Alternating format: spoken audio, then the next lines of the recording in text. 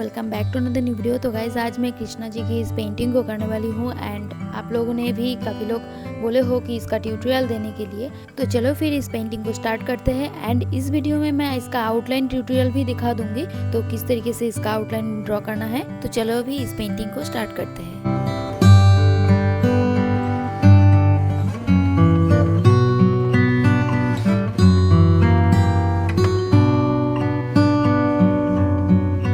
तो जैसे कि आप लोग देख पा रहे हो कि ये एक कैनवास बोर्ड है एंड इस पेंटिंग को मैं एक कैनवास बोर्ड के ऊपर करने वाली हूँ। एंड इस कैनवास बोर्ड का जो साइज है ये यहाँ पर देख सकते हो। इसका वाइड है 10 इंचेस एंड हाइट है 12 इंचेस। तो इस साइज की कैनवास बोर्ड के ऊपर मैं कर रही हूँ एंड आप लोगों के पास अगर कैनवास बोर्ड है तो आप लोग उसी में कर सकते हो, जो भी साइज का है आप लोग उसी में कर सकते हो। एंड इस पेंटिंग में मैं एक्रिलिक पेंट का यूज़ करने वाली हूँ एंड कुछ ब्रशेस जो भी मेरे पास है, ये कुछ ब्रशेस ब्रुस्टो की तरफ से एंड आर्टराइट की तरफ से। एंड अगर आप लोगों के पास एक्रिलिक पेंट नहीं है तो आप लोग इस तरीके का पोस्टर कलर से भी कर सकते हो। ये भी एक्रिलिक कलर से है, यहाँ पर आप लोग देख सकते हो। तो इस तरीके का डिफरेंट शेड्स की पोस्टर कलर भी आप लोग यूज़ कर सकते हो।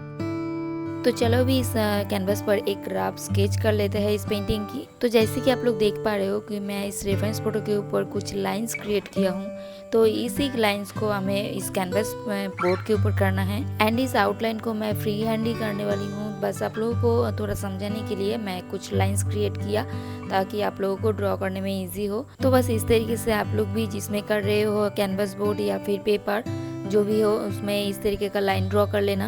एंड अभी मैं बस एक ऑब्जर्व करके बस एक रफ स्केच करूंगी, इतना डिटेलिंग करके नहीं करूंगी। एंड इस पेंटिंग में उतना डिटेलिंग भी कुछ नहीं है, तो बहुत इजी है एंड सिंपल है, तो आप लोग भी कर सकते हो।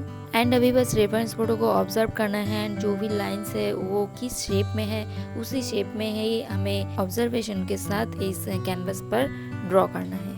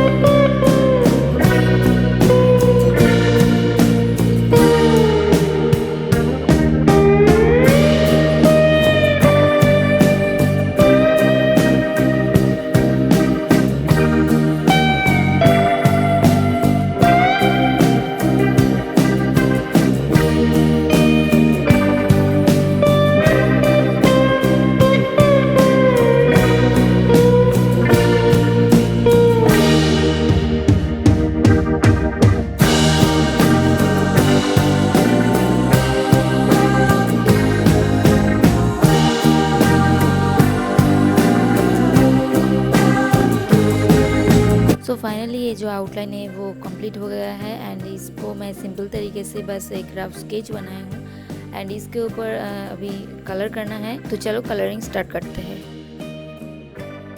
तो इस पेंटिंग में जो जो कलर हमें चाहिए यहाँ पर आप लोग साइड में स्क्रीन में देख सकते हो एंड ये अभी कलर पैलेट के ऊपर ले लेना है। एंड नेक्स्ट बस जहाँ पे जो कलर है उसको बस रैंडमली कुछ स्ट्रोक्स देना है। एंड देखो मैं वही चीज़ कर रही हूँ क्योंकि ये पेंटिंग जो है लाइक एब्स्ट्रैक्ट पेंटिंग है, इसमें उतना डिटेलिंग की कुछ है ही नहीं, तो आप लोगों के लिए भी काफ़ी इजी होगा। बस जहाँ पे जो कलर है उसी को मैं फिल कर रही हूँ। एंड कलर मिक्सिंग जो है वो आप लोग ध्यान से देखना, एंड मैं कितना अमाउंट का कलर ले रही हूँ वो आप लोग अच्छे से ऑब्जर्व करना। और बैकग्राउंड में तो डिटेलिंग की कुछ है ही नहीं, तो आप लोग जो भी जिस तरीके से मन करे इस तरीके का स्ट्रोक्स आप लोग दे सकते हो। एंड कभी कभी बस कलर को थोड़ा डीप करना है, डार्क करना है, एंड कभी लाइट करना है। तो लाइट करने के लिए आप लोग उसी कलर के साथ एक वाइट कलर को ज़्यादा मिक्स कर देना, तो भी लाइट हो जाएगा। एंड अगर डार्क रखना है तो वाइट को कम यूज़ करना। बस इस तरीके से कलर को मिक्स करके क्रिएट करना है। एंड डायरेक्ट ब्लैक कलर का यूज़ अवॉइड करना, एंड ब्लैक कलर के साथ आप ब्राउन कलर को थोड़ा मिक्स करके देन अप्लाई करना। सो अभी आप लोग वीडियो को अच्छे से देखो एंड ऑब्जर्व करो मैं किस तरीके से कर रही हूँ।